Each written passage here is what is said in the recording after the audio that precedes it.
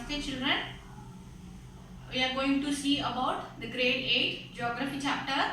Under this chapter, the first chapter is mentioned as the resources. And this continuation only in this second chapter also. Already we discussed about the land resource and soil resource. In the soil resource, we saw about the layers of soil and also the soil formation and conservation of soil resource. Today's content is water. Water is mentioned in scientific formula is H2O. H2O. In this water is very important for all living things. Our earth is covered. This water covered with 3/4 of part is covered with water. So our earth is mentioned is referred as another name, blue planet or watery planet or watery planet. So our earth is covered 3/4 of part is covered with water, so it is mentioned as or referred as a blue planet or watery planet. In this thing, mostly part of the 98% of water is covered with ocean and seas. Ocean and seas. We all know about that oceanic water is mentioned as a salty water. And another 2% of water is mentioned as a fresh water. In this fresh water, only 1% of fresh water only we are using. We are using that human beings are using or living things are using. Another 1% of fresh water occurred on the earth like glaciers, ice sheets, like this way occur. Is that clear, children? Next thing is how this water is mentioned as a renewable resources. How this mentioned as a renewable resources? Let us see about water cycle. This process mentioned as a water cycle or hydrological cycle. In this thing, some of the process here mentioned. The first process is called as evaporation. The sun heats up the water from oceans, lakes and rivers. This water changes into water vapor by the process of evaporation.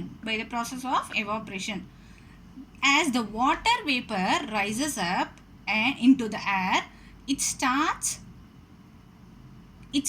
cooling down and form tiny water droplets coming together to form clouds.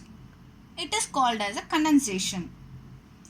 When the cloud starts getting heavy and cannot hold the water droplets anymore, they fall back to the earth in the form of rain or snow.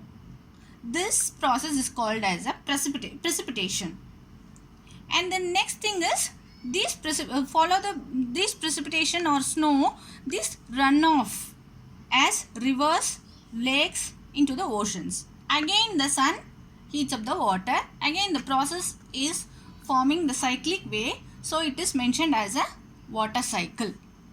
The first thing is evaporation from the ocean or sea water. Various forms of water are there mentioned. Here is oceans, seas, rivers, lakes, like this way forms of water evaporating with the help of sunlight. And then next thing is evaporation happened. After that thing is that evaporation make that forms the water vapor into the clouds, that is mentioned as a condensation.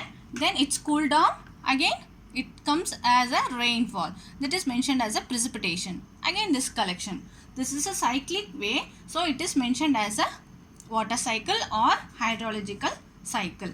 So in this water cycle, mostly I already mentioned you the 2% of water is fresh water. It's look like a 1% is look like a glaciers, icebergs and ice caps.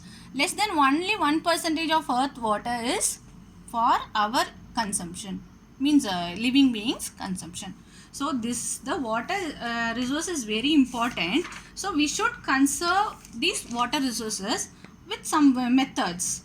One is the thing is afforestation. Another thing is domestic wastage of water. We should conserve the water.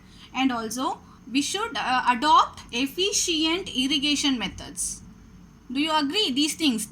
That efficient irrigation methods we have to adopt means we can use in the agriculture way, cultivate many crops. And the next thing is using recycled water in many industries. Like this way we have to recycle the water. And another thing is, one important thing, rainwater harvesting. These are the very important methods we should adopt for conservation of water resources.